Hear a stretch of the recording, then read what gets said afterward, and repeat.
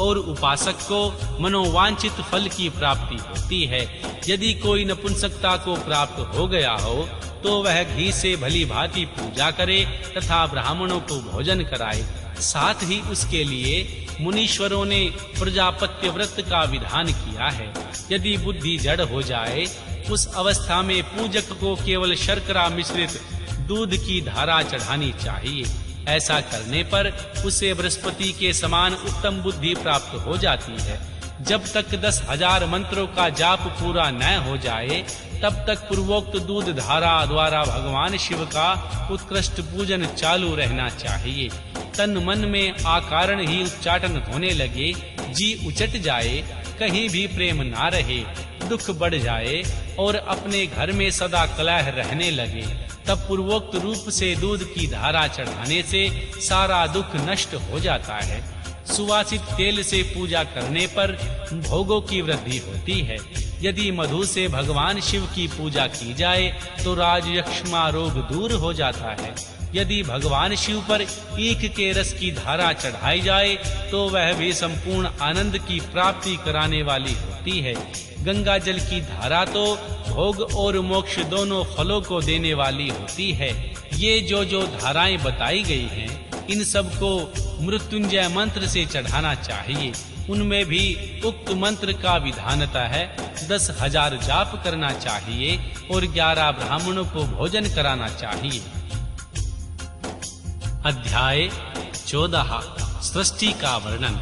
तदनंतर महर्षि नारद जी के पूछने पर श्री ब्रह्मा जी बोले, मुने, हमें पूर्वोक्त आदेश देकर जब श्री महादेव जी अंतर ध्यान हो गए तब मैं उनकी आज्ञा का पालन करने के लिए ध्यान मग्न हो गया। कर्तव्य का विचार करने लगा। उस समय भगवान शंकर को नमस्कार करके श्री हरि से ज्ञान पाकर परमानंद को प्राप्त हो मैंने सृष्टि करने का निश्चय किया। तात भगवान विष्णु भी वहां सदाशिव को प्रणाम करके मुझे आवश्यक उपदेश दे तत्काल अदृश्य हो गए। वे ब्रह्मांड से बाहर जाकर भगवान शिव की कृपा प्राप्त करके वैकुंठ धाम में जा पहुँचे और सदा वहीं रहने लगे। मैंने सृष्टि की इच्छा से भगवान शिव और भगवान विष्णु का स्मरण करके पहले रचे हुए जल से अपनी अंजलि डालकर जल को ऊपर की ओर उछाला। इससे वहां एक अंड प्रकट हुआ जो 24 तत्वों का समूह कहा गया है। विप्रवरो, वह विराट आकार वाला अंड जड़ रूप ही था। उसमें चेतना ना देखकर मुझे बड़ा संशय हुआ और मैं अत्यंत कठोर तप करने लगा। 12 वर्षों तक भगवान विष्णु के चिंतन में लगा रहा। तात वह समय पूर्ण होने पर भगवान श्री हरि स्वयं प्रकट हुए और बड़े प्रेम से मेरे अंगों का स्पर्श करते हुए मुझसे प्रसन्नता पूर्वक बोले। श्री विष्णु ने कहा, ब्राह्मण, तुम वर मांगो, मैं प्रसन्न हूँ। मुझे तुम्हारे लिए कुछ भी अदेय नहीं है। भगवान शिव की कृपा से मैं सब कुछ देने में समर्थ हूँ। श्री ब्रह्मा बोले, अर्थात मैंने कहा, महाभाग, आपने जो मुझ पर कृपा की है वह सर्वथा उचित ही है, क्योंकि भगवान शंकर ने मुझे आपके हाथों में सौंप दिया है। श्री विष्णु, आपको नमस्कार है। आज मैं आपसे जो कुछ मांगता हूँ उसे दीजिए। प्रभु, यह विराट रूप 24 तत्वों से बना हुआ अंड किसी तरह चेतन नहीं हो रहा, जड़ी भूत दिखाई देता है। हरे, इस समय भगवान शिव की कृपा से आप यहाँ प्रकट हुए हैं, अतः शंकर की सृष्टि शक्ति विभूति से प्राप्त हुए इस अंड में चेतना लाइए। मेरा ऐसा कहने पर भगवान शिव की आज्ञा में तत्पर रहने वाले महाविष्णु ने अनंत रूप का आश्रय ले उस अंड में प्रवेश किया। उस समय परम पुरुष के सहस्त्रों मस्तक, सहस्त्रों नेत्र और सहस्त्रों पैर थे। उन्होंने भूमि को सब ओर से घेर रखा था, अंड को व्याप्त कर लिया। मेरे द्वारा भली भांति स्तुति की जाने पर जब श्री विष्णु ने उस अंड में प्रवेश किया तब वह 24 तत्वों का विकार रूप अंड सचेतन हो गया। पाताल से लेकर सत्यलोक तक की अविधा वाले उस अंड के रूप में वहां साक्षात हरि ही विराजमान रहने लगे। उस विराट अंड में व्यापक होने से ही वे प्रभु व राज पुरुष कहलाए। 5 मुख महादेव ने केवल अपने रहने के लिए सुरम्य कैलाश नगर का निर्माण किया, जो सब लोकों से ऊपर सुशोभित होता है। देवऋषि, संपूर्ण ब्रह्मांड का नाश हो जाने पर भी वैकुंठ और कैलाश, इन दो धामों का यहाँ कभी नाश नहीं होता। मुनि श्रेष्ठ, मैं सत्यलोक का आश्रय लेकर रहता हूँ। तात, महादेव जी की आज्ञा से ही मुझे सृष्टि रचने की इच्छा उत्पन्न हुई। बेटा, जब मैं सृष्टि की इच्छा से चिंतन करने लगा, उस समय पहले मुझसे अनजान में ही पाप पूर्ण तमोगुनी सृष्टि का प्रादुर्भाव हुआ, जिससे अविद्या पंचक अथवा पंचरवा अविद्या कहते हैं।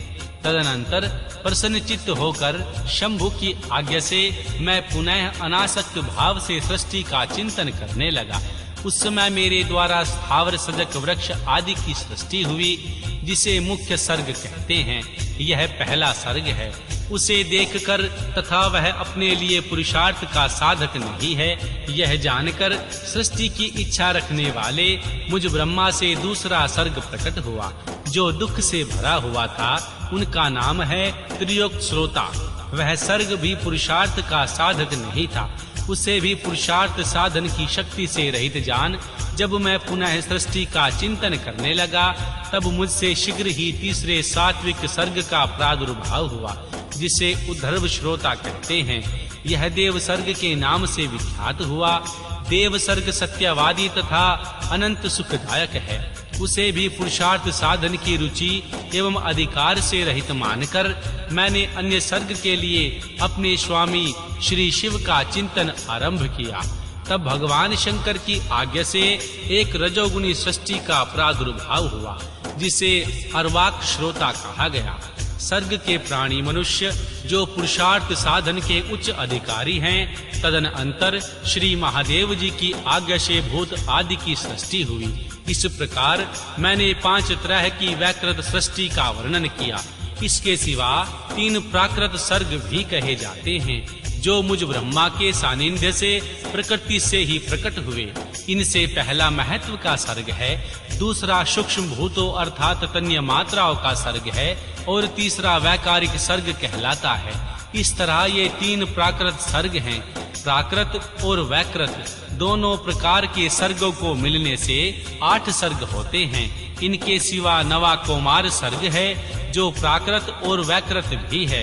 इन सब के अवान्तर भेद का वर्णन मैं नहीं कर सकता, क्योंकि उनका उपयोग बहुत थोड़ा है। अब द्विज आत्मक सर्ग का प्रतिपादन करता हूँ। इसी का दूसरा नाम कौमार सर्ग है, जिसमें सनक सनकानंद आदि कुमारों की महत्वपूर्ण सृष्टि हुई। सनक आदि मेरे 4 मानस पुत्र हैं, जो मुझ ब्रह्मा के ही समान हैं। वे महान वैराग्य से संपन्न तथा उत्तम व्रत का पालन करने वाले हुए। उनका मन सदा भगवान शिव के चिंतन में ही लगा रहता है। वे संसार से विमुख एवं ज्ञानी हैं। उन्होंने मेरे आदेश पर सृष्टि के कार्य में मन नहीं लगाया। मुनि श्रेष्ठ नारद, सनकादिक कुमारों के दिए हुए नकारात्मक उत्तर को सुनकर मैंने बड़ा भयंकर क्रोध प्रकट किया। उस समय मुझ पर मोह छा गया। उस अवसर पर मैं मन ही मन भगवान विष्णु का स्मरण करने लगा।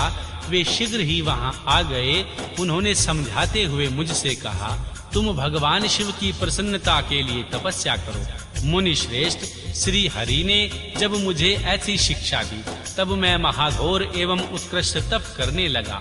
सृष्टि के लिए तपस्या करते हुए मेरी दोनों भौहें और नासिका मध्य भाग से उनका अपना ही अविमुक्त नामक स्थान है। महेश्वर की 3 मूर्तियों में अन्यतम पूर्वांश सर्वेश्वर एवं दया सागर भगवान शिव अर्धनारीश्वर रूप से प्रकट हुए, जो जन्म से रहित तेज की राशि सर्वज्ञ तथा सर्वद्रष्टा हैं। उन नील लोहित नामधारी साक्षात उमा वल्लभ भगवान शंकर को सामने देख बड़ी भक्ति से मस्तक झुका उनकी स्तुति करके मैं बड़ा प्रसन्न हुआ और उन देवेश्वर से बोला, प्रभो आप भांति भांति के जीवों की सृष्टि कीजिए। यह मेरी बात सुनकर उन देवादि देव महादेश्वर रुद्र ने अपने ही समान बहुत से रुद्र गणों की सृष्टि की। तब मैंने अपने स्वामी महेश्वर महारुद्र से फिर कहा, देव आप ऐसे जीवों की सृष्टि कीजिए जो जन्म और मृत्यु के भय से युक्त हों। मुनि श्रेष्ठ ऐसी बात सुनकर करुणा सागर महादेव जी हंस पड़े और तत्काल इस प्रश्न पर बोले। श्री महादेव जी ने कहा, विधात, मैं जन्म और मृत्यु के भय से युक्त अशोभान जीवों की सृष्टि नहीं करूंगा।